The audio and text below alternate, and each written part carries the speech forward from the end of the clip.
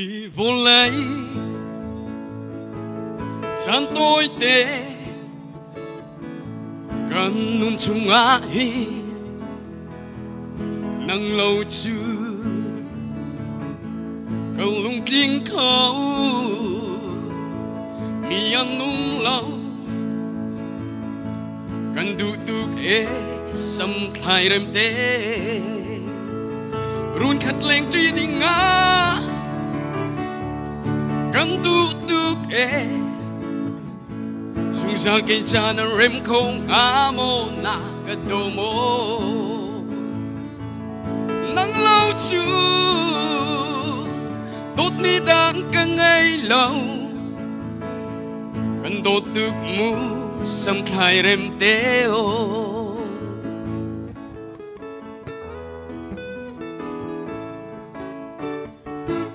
chỉ khát đê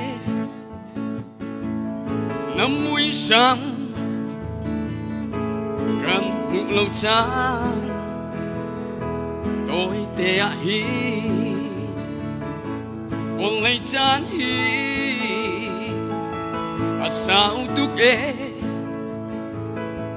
cần ngày tuk to tốt mi phật niang run khát lên tri tiếng nga cần tuk e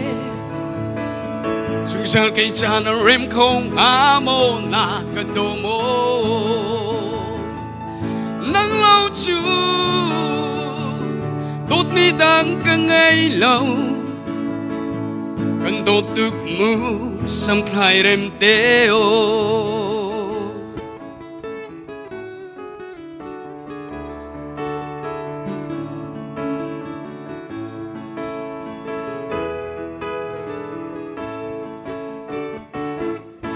lung kili karua a nang trên lại chưa cần xiang rim lâu vào đằng xin na cần liêm tạc lá ô cây kết cha dung ra par chín câu run khát lên tri đi ngã càng tu e dùng sal cây cha na rem không amo na cái đồ mô nắng lâu chưa tốt ni đang càng ngày lâu cần tốt được mu sắm thay rem teo cần tốt được mu sắm thay rem teo